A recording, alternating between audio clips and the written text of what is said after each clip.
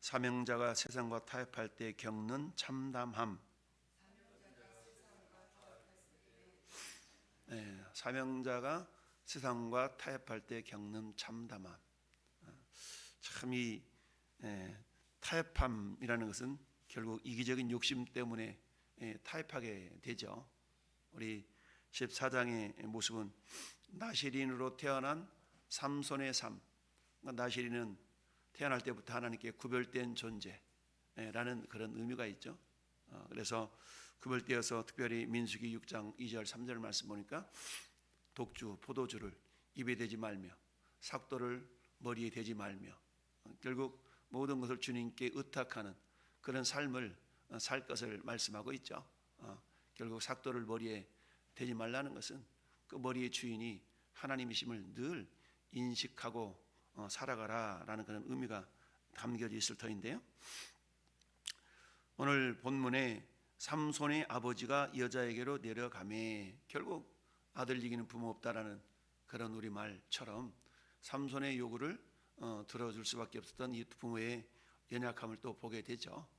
부모님이 정말 완강하게 믿음으로 서서 자녀를 이끌어 갔더라면 그렇지 않았을 터인데, 그런데 자식을 갖지 못한 그런 경우 늦지막이, 우리 늦둥이라 그러죠. 늦지막이 자식을 낳게 되면 완전 그게 보물이잖아요. 보물. 그러다 보니까 다 오냐 나중에는 할아버지 상투 수염 잡고 상투 끝터리까지 올라간다라는 우리의 옛말이 있는 것처럼, 자 어쨌든 나실인이라는 거룩한 사명을 받은 이 삼손이 세상과 타협함으로 말미암아 빚어지는 여러 가지 참극, 어려움, 이런 것들을 우리가 오늘 본문을 통해서 보게 되면서 그럼에도 불구하고 어때요? 끝까지 우리를 포기하지 아니하시는 하나님. 참 이 하나님의 은혜와 자비, 이 부모의 마음이 그런 거 아니겠습니까? 부모님은 자식이 잘못된 줄 알면서 아주 강하게 이렇게 이끌어 가야 됨에도 불구하고 그렇지 못하고 그래도 자식을 위하는 이런 모습들을 보게 되는데 잘못된 사랑일 수가 있겠죠. 그래서 삼손이 거기서 잔치를 베풀었으니 이 잔치를 미시테라는 이름으로 어떤 풍속에 젖어 있는 이런 모습들인데요. 자, 청년들은 이렇게 행하는 풍속, 그런 풍속이 있었던 거죠. 그래서 이런 잔치를 벌이는 삼손을 보고 이제 30명, 무리가 삼손을 보고 30명을 데려와서 친구를 삼아 그와 함께 하게 한지라. 이스라엘 백성들을 30명을 데려와서 그야말로 영적인 우군을 만드는 것이 아니라 삼손을 보고 무리가 30명을 데려와서 친구를 삼았다. 그러니까 세속적인 친구 30명을 데려왔으니까 하나같이 영적인, 신앙적인, 그리고 사명을 감당하게 하고자 하는 그런 열망보다는 어찌 보면 세상적인 그런 어떤 모습으로 이렇게 이끌어 가려고 하는 그런 모습이 강했겠죠. 우리 왜 그러잖아요. 다른 친구들은 예수 안 믿고 나만 예수 믿는데 어느 날 동창회 가봐요. 그럼 다 뭐라고 그래요? 야, 술 한잔 해야지, 막걸리 한잔 해야지. 야, 너만 예수 믿냐? 막 이러면서 남들도 그러더라. 누구누구도 뭐 그러면서 그러니까 한 사람, 예수 믿는 사람이 정직하게 정확하게 그 믿음의 정체성을 지켜서 남들에게 모범이 되면, 야, 누구도 그렇다더라. 그러니까 저도 내버려둬. 쟤도 예수 믿는 사람이라며, 교회 집사라며, 장로라며, 목사라며, 이렇게 돼버리면 이제 인정하고 들어가는 경우도 있지만, 그런데 그 세상 친구들이 교회, 한마디로 말하면 우리 교회에 여러 가지 어떤 직분을 갖고 있다든가 또 믿음이 신실하다고 하는 그런 사람들의 잘못되어진 신앙의 모습을 보면 어때요? 야, 쟤도 그렇더구만, 너라고 왜 그래? 이러면서 동조하게 하려고 하는 그런 시도들을 우리는 왕왕 보게 됩니다. 결국 그렇기 때문에 우리가 직장 생활을 하든 사업을 하든 분명한 것은 뭡니까? 우리의 정체성을 드러내는 데 있습니다. 즉 내가 어떤 사업을 한다 할지라도 나는 예수 믿는 사람입니다.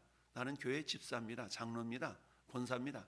이런 정체성을 분명하게 이렇게 드러내야만이, 그럴 때 처음은 어때요? 처음은 경계할 수 있겠고 처음에는 약간 거부감을 가질 수 있겠고, 그러나 그런 상황 속에서 내가 진실되게 그야말로 나의 신실함을 보여준다면 저래서 그렇구나 라고 인정이 될 겁니다. 왜? 내 정체성을 드러내다 보면 내 스스로도 어때요? 그게 나에게 올무가 되어서 그것으로 말미암아서 세상과 타협하려고 하는 그런 시도들을 덜 하게, 뭐 안 하게 한다 그러면 좋겠지만 덜 하게 되겠죠. 자, 그런데 오늘 삼손은 스스로가 나 나실이냐, 나 그러니까 건들지 마, 이런 모습보다는 어찌하든 육신의 정욕 때문에 세상에 있는 하나님의 사람이 아닌 하나님을 믿지 않는 이방 여인을 아내로 취하려고 하는 그런 모습을 보고 있는데요. 자, 이처럼 타협하면라는 건 한마디로 말하면 10절에 있는 것처럼 어떤 일이 발생하냐, 영적인 정체성을 흐리게 할 수밖에 없다라는 얘기입니다. 영적인 정체성을 내요. 그 사람이 예수 믿는 사람인지 안 믿는 사람인지, 목사인지 안 목사인지 알지 못해요. 참 이런 일들이 발생하게 되는데요. 자, 그런 상황 속에서 성경 우리에게 하신 말씀이 뭡니까? 너는 이 세대를 본받지 말고 오직 마음을 새롭게 함으로 하나님의 선하시고 기뻐하시고 온전하신 뜻이 무엇인가 분별하라 라고 로마서 12장 2절 말씀은 우리에게 도전을 주고 있죠. 항상 하나님의 선하시고 온전하신 뜻이 무엇인가를 분별할 수 있는 이런 어떤 깨어있음이 우리에게 필요한데, 이처럼 적당하게 타협하다 보니까 어때요? 그런 정체성을 잃어버리게 된다라는 얘기입니다. 그러다 보니까 어느 날 그가 문득 교회 간다는 소식이 들려져. 그러면은 뭐라고 얘기합니까? 너 교회 다녔어? 이런 소리가 들려진 거. 너 예수 믿었어? 이런 얘기가 들었죠. 아, 확실히 예수 믿는 사람이라 이런 상황에도 다르구나 라고 인정이 돼야 되는데 그게 아니라는 얘기죠. 예수 믿었어? 라고 그렇다는 얘기입니다. 자, 그래서 첫 번째 정말 예수 그리스도를 믿는 거룩한 백성들, 여러분 나실인은 이 삼손만이 나실인이 아니라 전에 여러분들은 그리스도 안에서 우리는 새로운 피조물들이 되었습니다. 근데 새로운 피조물인데 어떤 피조물이에요? 우리는 영적인 거룩한 나실인으로서의 새로운 피조물이 된 것이죠. 그러니까 삼손은 태어날 때부터 나실인이 되었다면 우리는 거듭남, 우리도 다시 태어난 존재들 아니겠습니까? 예수 그리스도 안에서 새로운 피조물 된 우리들도 역시 영적인 나실인이 되었다라는 것이죠. 그러다 보면 우리도 역시 세상 속에 살아가지만 세상에 묻혀 살아가는 존재들이 아니라 세상 속에 살아가지만 세상과는 구별되는 그런 삶을 살아가야만 되는 것이죠. 그래서 까마귀 노는데 백로에 가지 마라 라는 그런 말이 있는 것처럼 우리가 비록 까마귀들이 사는 세상 속에 우리는 살아갈 수밖에 없는 연약한 존재이지만 우리는 여전히 백로와 같은 백조와 같은 그런 고귀함을 잃어버려서는 안 된다라는 것을 말씀하고 있습니다. 왜냐하면 세상에 있는 모든 것들이 육신의 정욕과 안목의 정욕과 이생의 자랑이다 라고 요한일서 2장 16절은 말씀하고 있기 때문이죠. 저는 첫 번째 우리가 타협한다는 얘기는 결국 세상 풍속에 젖어들게 되면 어떻습니까? 우리의 정체성을 잃어버릴 수밖에 없다라는 이야기입니다. 여러분 잔치를 베풀었는데 잔치를 며칠 동안 베풀었다고 얘기했어요? 7일 동안. 여러분 7이라는 숫자는 보통 완전 숫자라고 얘기하죠. 이것은 뭘 의미합니까? 세상 풍속에 완전히 푹 빠져있다, 푹 빠져있는 그런 상태를 의미한다는 얘기입니다. 결국 타협이라는 것은 어때요? 거대한 모습으로, 커다란 모습으로 우리에게 접근해 오지 않죠. 우리 애들이 왜 그러잖아요. 엄마 한 번만 한 번이 두 번 되고 두 번이 세 번 되는 거 아니겠습니까? 근데 그 한 번을 아주 그냥 철저하게 차단해 버리면 두 번, 세 번이 시도가 되지 않는데 한 번을 용납하면 두 번, 세 번, 네 번 이렇게 타협이 들어오게 됩니다. 자, 우리가 신앙생활할 때 그렇다는 거죠. 우리가 왜 주일을 참 막 예수님 믿고 뜨거워서 주일을 지키기 위하여서 막 무진장 애를 썼던 그런 경험들이 있을 겁니다. 근데 어때요? 무슨 어떤 상황, 문제 때문에 주일을 한번 빼먹어. 그럼 어떤 일이 발생합니까? 마음속에 막 찔림이 있고 이러다 큰일 나는 거 아니야? 근데 별일 안 나타나거든요. 왜? 우리 하나님 그렇게 쫀쫀한 분이 아니기 때문에. 그러다 보면 어때요? 별일 없으니까 다음에 그 유사한 상황이 되면 또 죄를 범하게 되죠. 그래도 어때요? 첫 번째 죄를 범했을 보다는 더 마음이 무뎌지게 되죠. 그러다가 어때요? 세 번, 네 번 결국은 어떻게 됩니까? 교회를 다니지 않아도 전혀 어색함이 없습니다. 그러면 뭐라고 얘기합니까? 나 예수 믿어. 이런 얘기는 하죠. 나 예수 믿어. 나는 그래도 하나님 천국 갈 줄로 믿어. 이렇게 얘기하는 걸 우리는 많이 보게 됩니다. 결국은 뭡니까? 예수 그리스도의 비밀, 즉 예수 그리스도의 비밀은 뭡니까? 교회 공동체죠. 하나님은 교회라는 공동체를 통해서 우리를 다듬어 가시고 빚어 가시고 우리를 예수 우리의 형상으로 만들어 간다는 그 비밀을 알지 못하면 굳이 그렇지 않습니까? 오늘날에도 굳이 교회를 뭐 나가야 돼. 나 혼자 그냥 적당하게 예배하고 영상으로 그냥 예배드리고 좋은 목사님들 설교 오늘은 이 채널 내일은 저 채널 유튜브 뒤져가면서 얼마나 은혜 받고 좋습니까? 할렐루야 하면서 은혜 넘칩니다. 근데 그게 자기 신앙을 지켜주는 것이 아니죠. 여러분 온실 안의 화초는 정말로 햇볕이 쬐고 이러면 아름다움을 유지하는 것 같지만 이 온실의 화초를 야생에 탁 내어놓아 보세요. 한나절도 못 갑니다. 홀로 있을 때는 온실 안에 있을 때는 뭔가 잘 믿음이 지켜지는 것 같지만 정말 야생에서 비바람이 몰아치는 그건 그런 가운데서 내 야성이 길러져야 되는데 그렇지 못할 때는 어떻습니까? 금방 무너질 수밖에 없는 것이죠. 이처럼 타협함이라는 것은 어때요? 나의 정체성, 우리 예수 믿는 사람들 신앙의 정체성이 흐려지는 것은 자그마한 타협으로부터 시작된다는 우리는 잊지 말아야 됩니다. 하나님이 주신 지혜, 여러분 다니엘과 다니엘의 세 친구들은 어떻습니까? 정말 마음 작정하고 종으로 팔려간 신세에 뭔 결정이 있겠습니까? 종은 어때요? 주인이 시키는 대로 해야 되잖아요. 그럼에도 불구하고 바벨론의 포로로 끌려갔던 다니엘과 세 친구들은 어떻습니까? 마음을 정하여 뜻을 정하여 딱 정하는 거 아니겠습니까? 그 정함은 어떻게 무엇이겠어요? 죽으면 죽으리라는 그런 정함이 아니었겠습니까?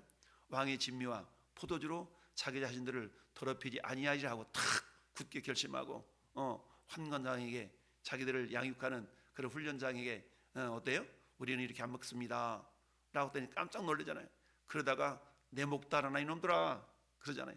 그러니까 어때? 열흘만 시험하게 하셔서 탁 열흘 동안에 만약에 내가 왕이 주는 진미와 포도주로 안 먹었는데 내 때깔이 얼굴이 표정이 다른 사람들보다 못하다면 다시 먹겠습니다 이런 거 아니겠어요?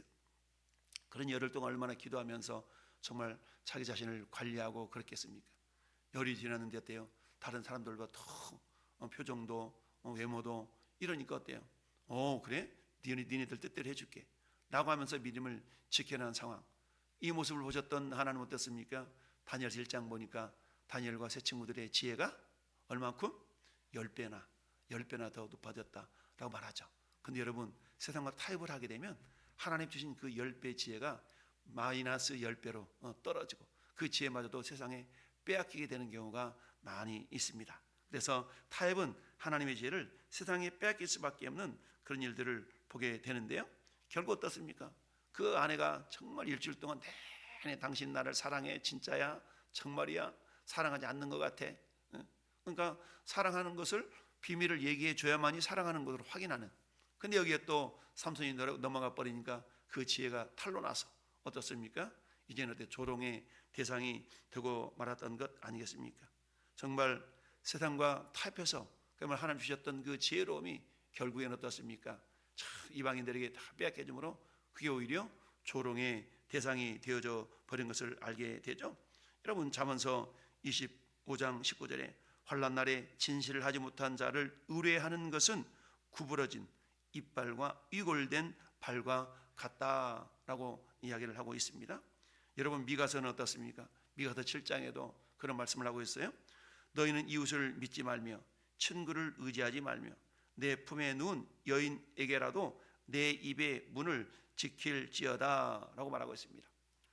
그러니까 미가서 당시에는 저 이스라엘 백성들이 바벨론 포로에서 돌아와 가지고 이제 어때요? 정말 믿음으로 살아야 되는데 너무 힘들고 어렵다 보니까 서로를 막 고발하고 재판관들도 재판을 굽게 하고 그러다 보니까 나 한 사람 살게 하여서 서로 가족끼리도 이렇게 의심 있는 눈초리로 쳐다보게 되고 이런 일이 발생하게 된 겁니다.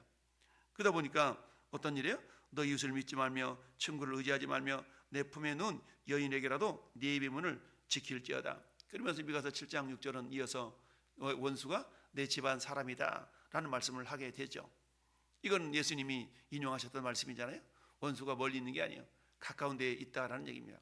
어떨 때 내가 믿음을 온전히 지키지 못하고 세상과 타협하는 일이 발생하게 되면 그 일로 말미암아서 정말 하나님의 은혜의 통로로 쓰임 받아야 될 인생이 세상의 조롱거리가 되는 그런 일들이 비일비재하게 나타날 수가 있다라는 사실입니다.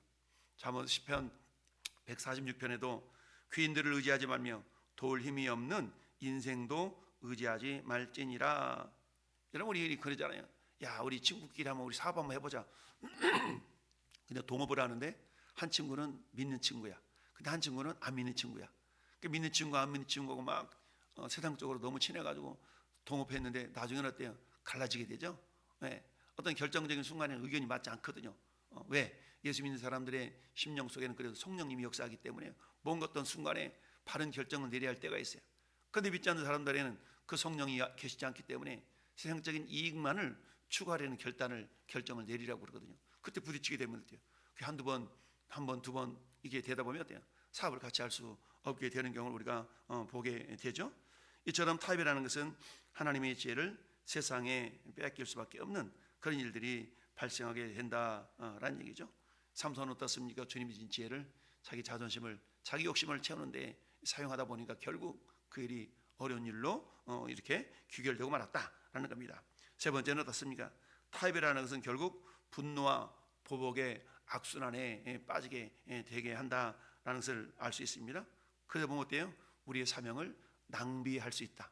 우리의 사명이 낭비되면 안 되잖아요. 정말 하나님께서는 세월을 아끼라 라고 말씀하고 있는데 우리에게 주신 귀한 사명들이 타협함으로 말미암아서 낭비가 되어진다면 우리 주님 앞에서는 그날에 얼마나 주님으로부터 책망을 받을 수가 있겠습니까? 그렇습니다. 삼손은 아내의 배신으로 말미암아서 결국 아스글론 사람 30명을 쳐 죽이고 그들이 입었던 의복을 빼앗아다가 그 친구들에게 이렇게 주는 것을 보게 됩니다. 참 이것은 어때요? 거룩한 전쟁이라기보다는 자기의 분노에 의한 그런 보복이라고 볼 수가 있는 것 아니겠습니까?